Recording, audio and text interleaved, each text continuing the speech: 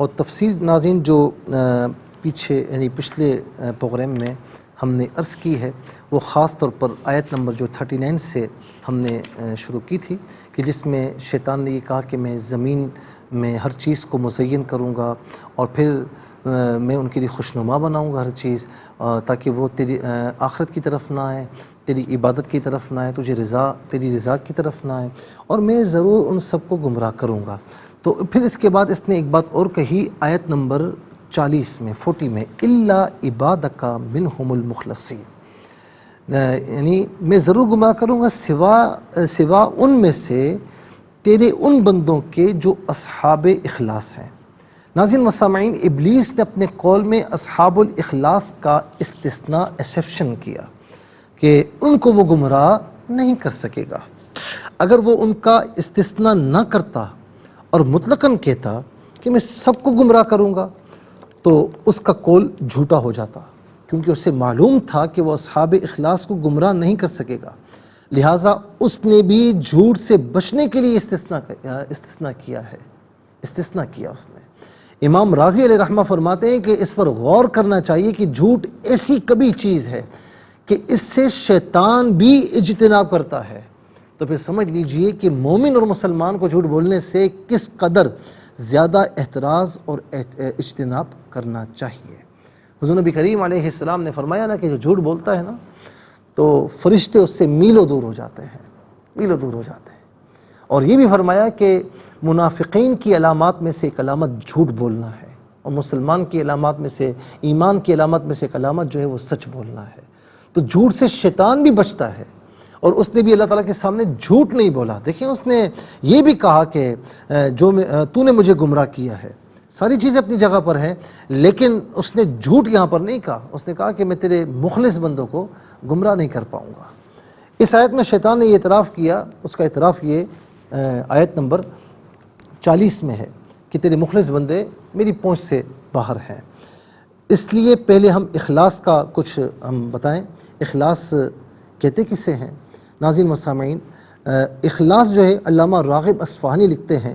کہ اس کا مادہ جو ہے خال لام صاد، خالص کا جو معنی ہے صافی، صاف بالکل، جس میں کسی چیز کی آمیزش نہ ہو، ٹھیک ہے نا۔ نسقیکم مما فی بطونہ من بین فرث ودم لبنا خالصا سائغا للشاربین، سورہ نحل کی آیت نمبر 66۔ ہم تمہیں اس چیز میں سے پلاتے ہیں جو ان کے پیٹوں میں ہے، گوبر اور خون کے درمیان سے خالص دودھ جو پینے والوں کے لیے بڑا خوشگوار ہے۔ یعنی اللہ تعالیٰ گوبر اور خون کے درمیان سے اس طرح صاف اور خالص دودھ نکالتا ہے جس میں گوبر اور خون کی ذرہ برابر بھی آمیزش نہیں ہوتی۔ خالص چیز وہ ہوتی ہے جس میں کسی دوسری چیز کی ذرہ برابر بھی ملاوٹ نہ ہو، جسے اللہ رب العالمین جانوروں سے خالص دودھ نکالتا ہے۔ مسلمان کا اخلاص یہ ہے کہ وہ صرف اللہ کو مانے اور یہودیوں کی طرح تشبیہ اور نصارہ کی طرح تثلیث سے براءت کا اظہار کرے۔ اللہ رب العالمین فرماتا ہے سورہ اعراف کی آیت نمبر 29 میں وَادْعُوهُ مُخْلِصِينَ لَهُ الدِّينَ، صرف اسی کی عبادت کرو، عبادت میں اخلاص کرتے ہوئے، اور اخلاص کی حقیقت یہ ہے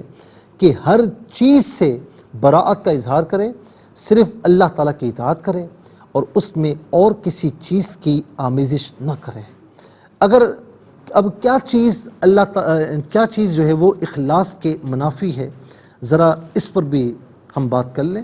کیا چیزیں اخلاص کے منافی ہیں۔ اگر اللہ تعالیٰ کی عبادت کے ساتھ کسی کام میں کوئی اور نیت بھی شامل کر لی جائے تو یہ اخلاص نہیں ہے۔ مثال کے طور پر روزے میں عبادت کی نیت کے ساتھ یہ نیت بھی کرے کہ روزوں کی وجہ سے بڑھا ہوا وزن کم ہو جائے گا یا تبخیر میں کمی ہو جائے گی، نماز میں عبادت کے ساتھ یہ نیت کرے کہ اس سے جسمانی ورزش بھی ہو جائے گی،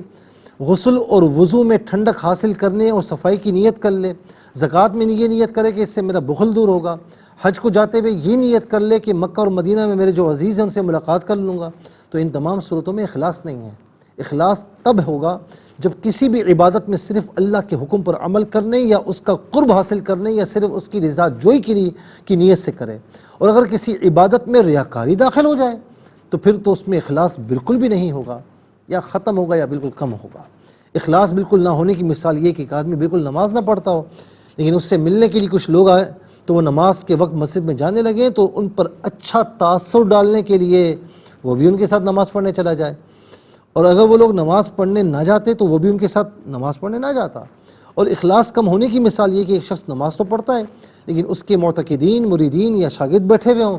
تو زیادہ خشوع اور خضوع کے ساتھ لمبی نماز پڑھتا ہے تاکہ ان پر اچھا تاثر قائم ہو،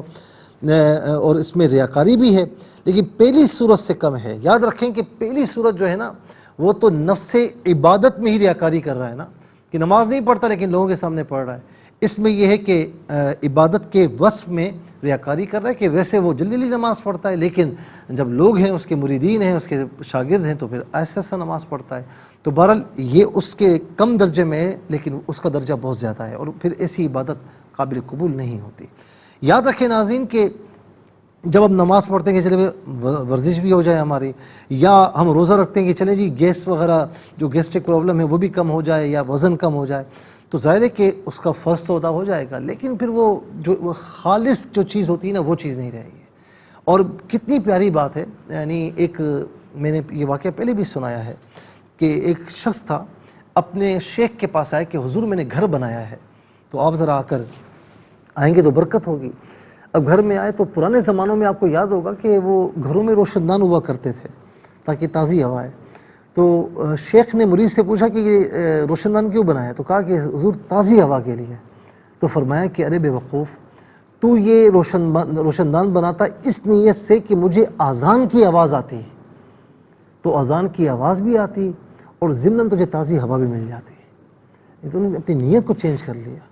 تو ناظرین مسامعین، ہر چیز میں اچھی نیت رکھیں، اخلاص پیور ہو جائیں تو اللہ رب العالمین اس اخلاص کو قبول فرماتا ہے۔ اللہ تعالی ہم سب کو مخلصین میں ہمارا شمار فرمائے۔